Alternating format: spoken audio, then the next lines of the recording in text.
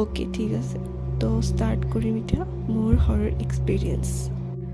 তো ষ্টৰিটো আৰম্ভ হয় 2018ত, একদম ৰিয়েল ষ্টৰি মোৰ নিজৰ। এইটো ষ্টৰি তাতে আৰম্ভ হয়, আৰু য'ত মই আছিলোঁ আগতে, মোৰ গোটেই ফেমিলি আছিল, আমি আছিলোঁ, তাতে আৰম্ভ হয়। এতিয়া সেই জেগাটোত নাথাকোঁ।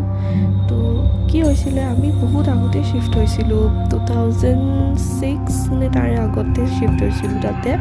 আৰু তেতিয়ালৈ একো সেনেকুৱা নাছিল, চব নৰ্মেলি হৈ আছিলে।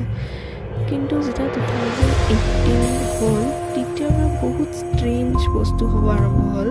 ফাৰ্ষ্ট ষ্ট্ৰেঞ্জ বস্তুটো এইটো হৈছিলে যে মই মাইকী মানুহে যে পায়েল পিন্ধে ন, একদম ক্লিচে হয়, মই জানো মুভিজবোৰত দেখাই থাকে, বাট ট্ৰাষ্ট মি, মই ৰিয়েলি শুনিছিলোঁ।